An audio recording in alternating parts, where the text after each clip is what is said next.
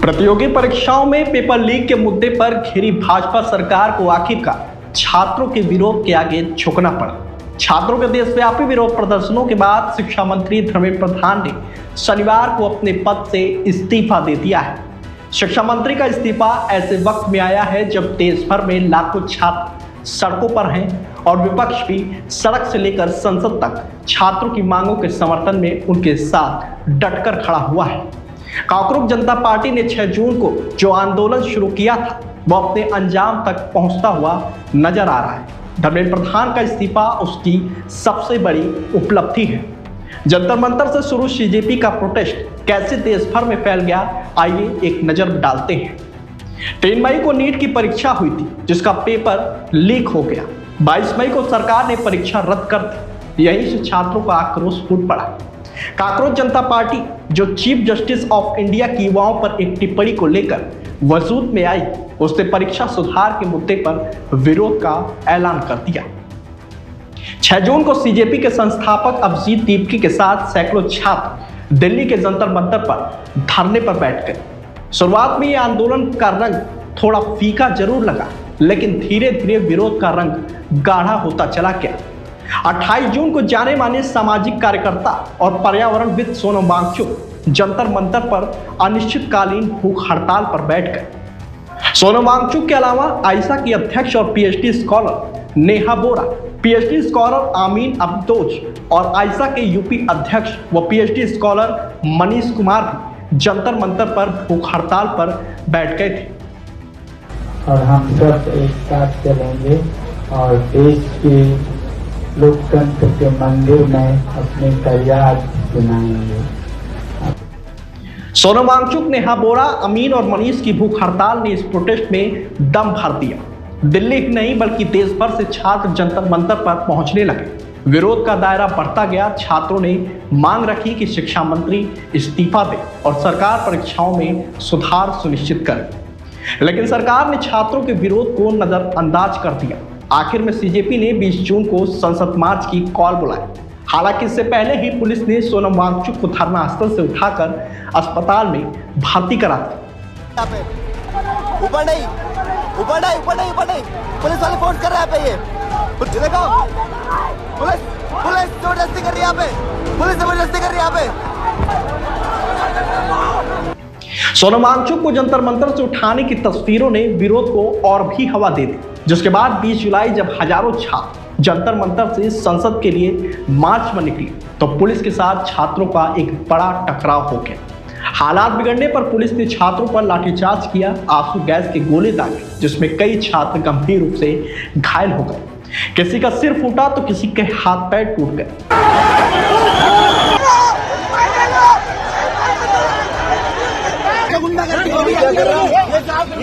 किसी का सर फोड़ दिया, किसी के कपड़े फाड़ दिए। 12 साल के बच्चियों को मार रहे हो, आप लोगों को शर्म नहीं आती है? पैलेट गन इस्तेमाल करने के भी आरोप सामने आए हैं, जिसमें एक छात्र गंभीर रूप से घायल है। कांग्रेस नेता राहुल गांधी ने उसको साथ में लेकर एक प्रेस कॉन्फ्रेंस करके इसकी जानकारी दी। इनके यहाँ पे लिगामेंट टेयर हुआ है। कल मैं एक युवा को लाया था जिसको छर्रे लगे हैं, आंख में छर्रा लगा है, शायद वो देख ना पाए। और हजारों ऐसे स्टूडेंट्स हैं जिनको मारा गया है, धमकाया गया है, पीटा गया है, लाठी से पीटा गया है। छात्रों पर हमले के विरोध में विपक्ष भी सड़क पर उतर आया। 21 जुलाई को कांग्रेस नेता राहुल गांधी, प्रियंका गांधी, सपा के राष्ट्रीय अध्यक्ष अखिलेश यादव और कांग्रेस विपक्ष के कई सांसद प्रधानमंत्री आवास के बाहर धरने पर बैठ गए। पुलिस ने यहां भी शक्ति का उपयोग करते हुए सांसदों को हिरासत में ले लिया।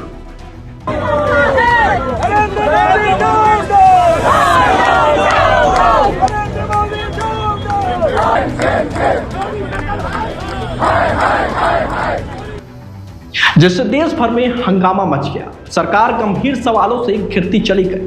विपक्ष ने संसद में जमकर हंगामा करा, स्पष्ट किया कि जब तक शिक्षा मंत्री का इस्तीफा नहीं होगा कोई चर्चा नहीं होगी।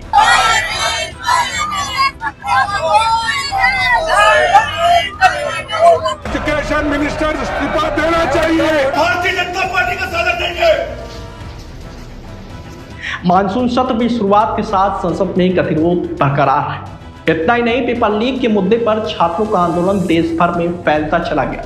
दिल्ली में छात्रों पर लाठीचार्ज की घटना ने छात्रों को और भी आक्रोशित कर दिया। बिहार की राजधानी पटना, महाराष्ट्र मुंबई, पुणे, नागपुर, देहरादून, प्रयागराज, बनारस, मध्य प्रदेश से लेकर देश के कई हिस्सों में लाखों छात्र सड़कों पर उतर आए। बंगाल में भी भारी प्रदर्शन होने लगे। जगह जगह छात्रों के साथ स्थानीय पुलिस टकराव की घटनाएं सरकार के खिलाफ गुस्से को और भी हवा दे रही थी।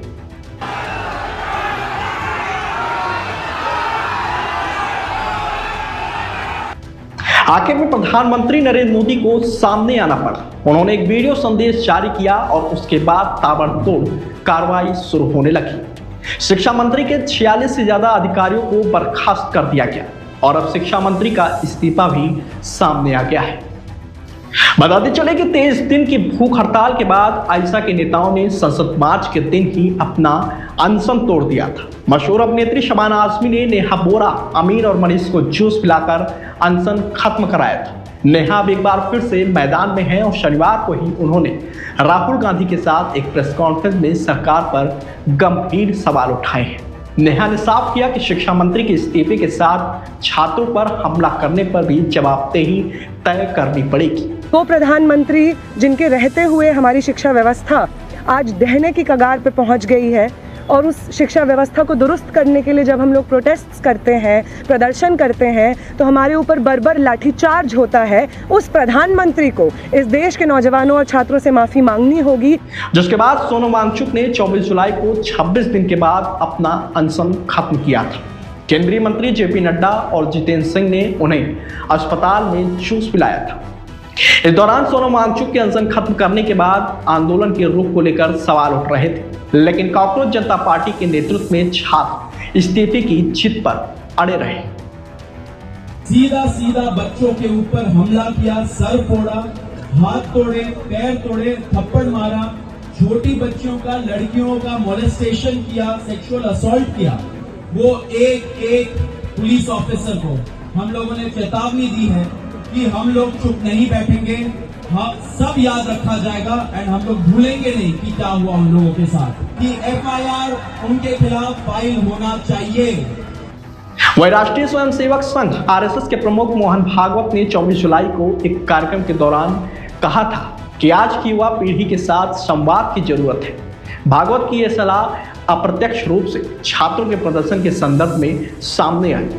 एक तो बहुत अधिक अपनापन देने की जरूरत है, समय देने की जरूरत है और संवाद करने की जरूरत है। डिक्टेशन नहीं, डिस्कशन। जिसके बाद भाजपा के वरिष्ठ नेता मुरली मनोहर जोशी की भी प्रतिक्रिया सामने आई थी और उन्होंने भी छात्रों के साथ संवाद पर आगे बढ़ने की बात कही थी।